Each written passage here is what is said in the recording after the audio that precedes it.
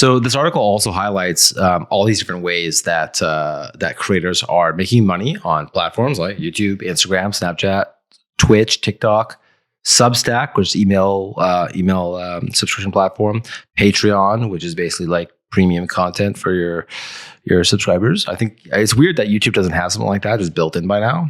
And then also OnlyFans for more adult. Well, content. they do.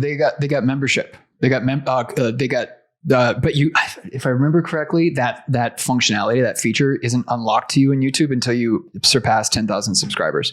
And then you can create a members only content. YouTube does have that. Yeah. I don't know when they rolled that out. I've never actually like seen it. I don't see any YouTubers doing it. It's not, I wouldn't say it's the most popular thing. Patreon's way more popular than from what I can tell. I don't have the data in front of me, but it looks like Patreon's more popular than the members only content. Yeah, section. and I noticed when they have courses, they're always going to like something like a Skillshare, Thinkific, Kajabi, that sort of thing, which is obviously that's good. It's LMS.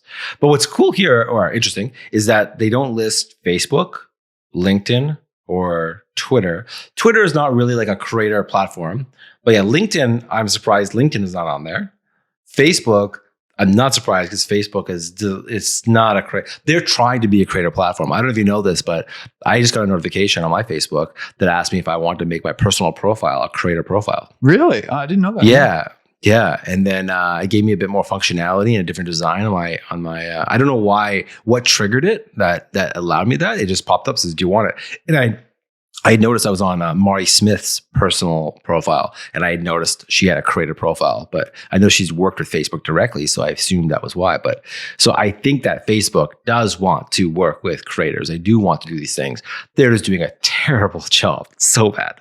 But anyways, Signal Fire is identifying YouTube, Instagram, Snapchat, Twitch, TikTok, Substack, Patreon, and OnlyFans as where creators are. It says can earn money, but there's more places that. So they got advertising revenues. We all know that one. Sponsored content, pretty straightforward. Product placement, in the film industry is where you just have the product like in the background or whatever, or you're using it, you're drinking it or stuff like that.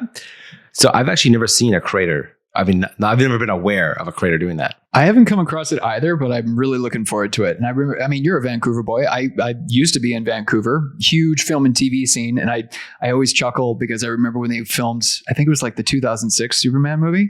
And because I have friends in the industry, and there was like a big kerfuffle because they couldn't put like a can of Coke on Krypton.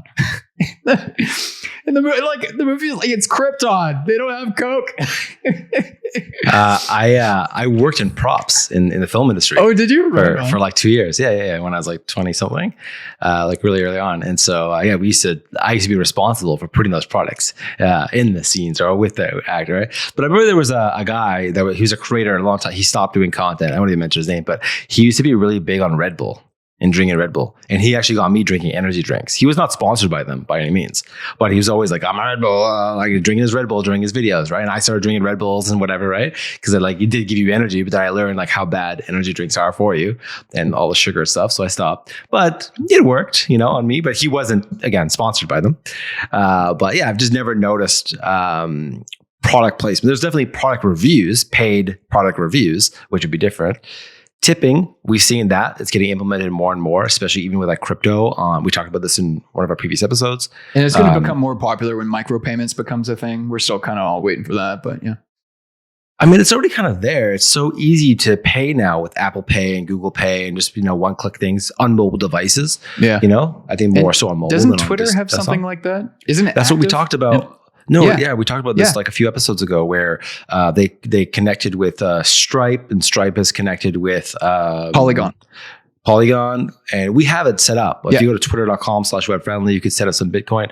But it'd be cool if there was just like a button you press, you just send $1 over or something like that. Really quick, easy tipping, right? There's been platforms for that, and even with all those YouTube super likes, that's tipping, right? That's what it is, right? Paid subscriptions, we know what that is. Even membership sites, communities, courses, you're just paying for the content. It kind of falls under the Patreon, Substack sort of stuff.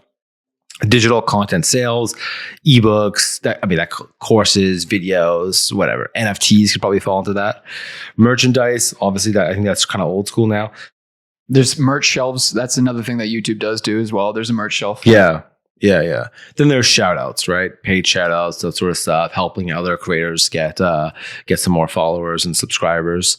Live and virtual events. I love events. We're getting back into doing more live events in Vancouver with Internet Masterminds. We've done lots of virtual events. So yeah, I think events, especially these days, people kind of wanting to get that, community feel back and bringing people together. I think is going to be really hot. Couldn't agree with you more. People are starved for that in-person kind of connection again. Yeah. Yeah. And then they got VIP meetups. It's interesting they use the word meetups. I'm pretty sure that meetup.com owns a trademark for meetups. I'm not sure about that. I'm curious. But people still use that term. And the meetup.com platform needs an overhaul. Oh my God. I found a huge glitch in their, not glitch, but a huge error in their platform. And I emailed them and they got it fixed the next day. I was pretty happy about it. But what happened was if you're on mobile and you click on a meetup link, and you have the Meetup app, it'll only open the Meetup app. It won't take you to the event. But if you don't have the Meetup app, it'll open it up on a mobile page. But because I had the app installed, it kept just opening the app and not taking me to the event. That's a pretty big glitch, yeah. Yeah. So I have a video on our channel. If you guys search for it, it's called "Is Meetup Pro Worth It?" And then the Meetup team had actually found that video. The CEO contacted me and I ended up having a whole meeting with the whole development team. I spoke to them for an hour. So this time when they got in touch, they're like, "Hey, thanks for finding the thing." And they're like, fix it right away. I'm like, "Oh, awesome." And then I actually checked it. It was still not working. So I don't know, whatever.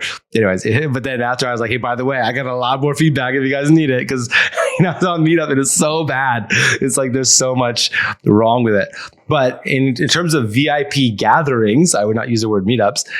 We're actually planning that right now. We're going to have a nice VIP dinner, that sort of thing. So I think that's going to be a great way for creators. Kind of I've seen people even do like $3,000 weekends or more. Yeah, and more. I've actually attended one like that in Vegas. It was like $3,000 for the weekend with these two influencer types. But yeah, we're doing dinners for $100, something like that. Yeah. Right. The last one here is fan clubs. I'm not sure what a fan club would look like. Maybe that's just a community thing. But yeah, I don't know. Fan clubs, what that means. I don't have any experience with that. Yeah. Yeah, you were saying Signal Fire is known. I wasn't actually aware of Signal Fire before you flagged this story for us. But Signal Fire says right here, we fund both early and mid-stage startups and help them with recruiting, advising, go-to-market strategies, and PR. So don't be shy about sliding into our DMs or smashing this newsletter subscribe button. I like how they worded that. I think that's good marketing. That's just good copy.